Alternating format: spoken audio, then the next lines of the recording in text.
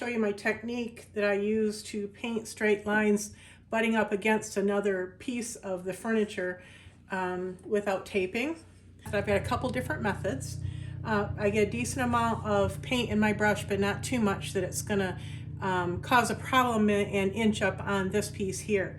But I do have a decent amount of paint in there, and then I kind of spread it out a little bit by painting on the rest of the piece, and then I press it down. So this point right here is going to be doing my painting for me.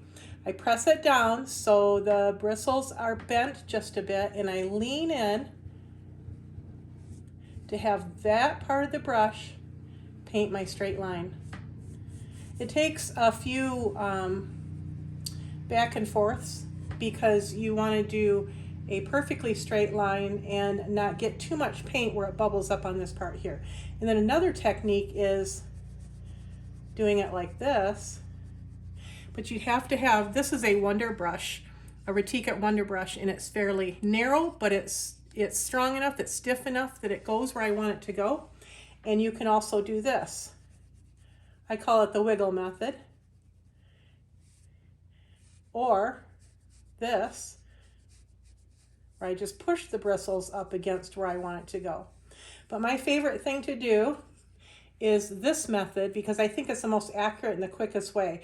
And then whichever method you use, when you're done with that area, just run your brush along there. Okay, let's do it again here. I'm going to get on the other side here to get this part. Work it in.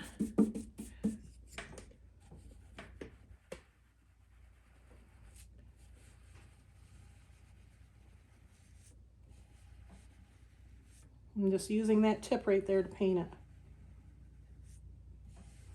Sometimes it takes a few tries, but better safe than sorry. Take your time when you do it. Work some more into the bristles.